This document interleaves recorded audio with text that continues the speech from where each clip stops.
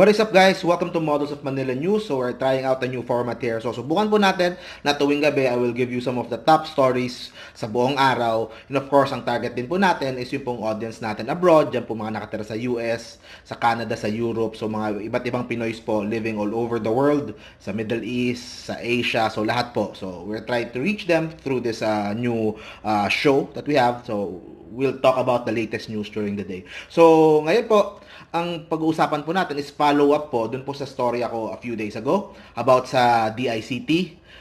Si Undersecretary Eliseo Rio, after po nung buong gulo na may lumabas sa 300 million, so we explained that in the previous video. So it looks like he is staying sa DICT and he is not resigning.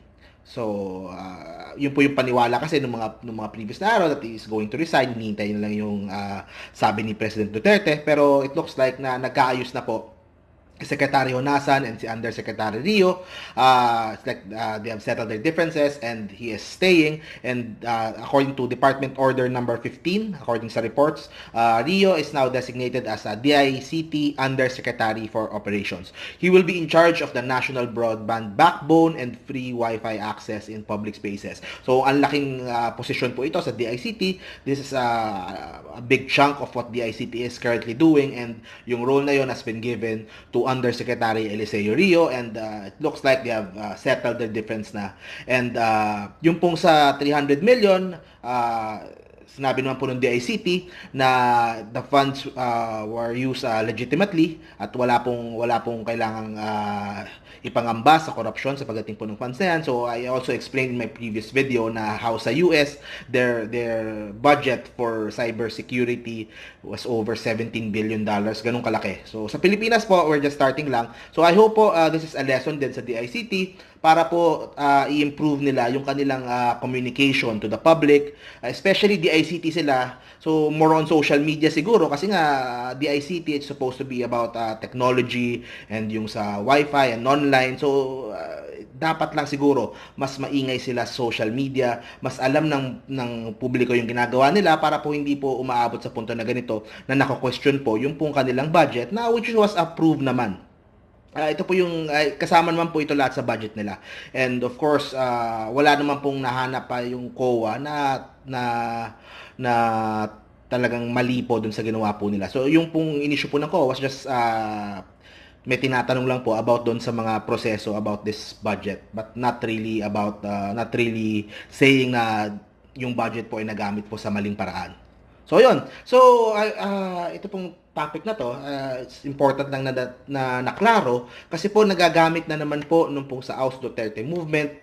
Ito pong issue sa DICT, pinapalabas nila na 300 million, corruption. Pag unang rinig mo, laki kaagad eh. So like I said po in my previous video din, 2 years na lang si President Duterte, let us allow him to finish na po yung kanyang term, and ito pong mga issue na ganito, minsan po pinapalaki para lang po magamit para po sa mga House Duterte na campaign, which I think is hindi po talaga nakakatulong, and maganda po is malaman muna po yung pong mga nangyayari. Malaman muna po yung mga detalye ng pong mga sitwasyon. Like sa case po ng DICT, it's a very new government agency, but a very important one. So, importante po na malaman po natin kung ano po yung mga ginagawa po niya, yung mga plano po niya para po we could have a better idea kung maayos ba nilang nagagampanan yung kanilang mga trabaho, and yung kung nasusulit ba ng bayan yung budget na binigay sa kanila.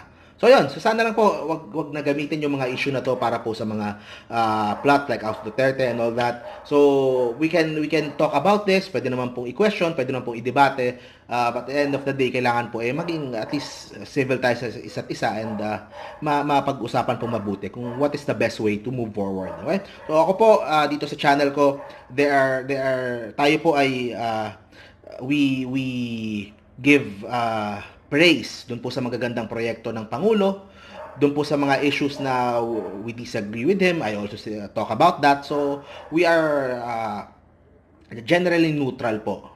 Kumbaga lahat po ay based doon sa aking personal na paniniwala kung whatever side of the issue. So pero for the most part po, I believe na kailangan po natin suportahan yung Pangulo doon sa kanyang magagandang project at sa mga magagandang mga objectives para po despite of our politics, tuloy-tuloy po yung mga programa at mga serbisyo po sa ating bansa. So yun guys, that's my opinion regarding this. Thank you very much po. See you po sa next video po natin.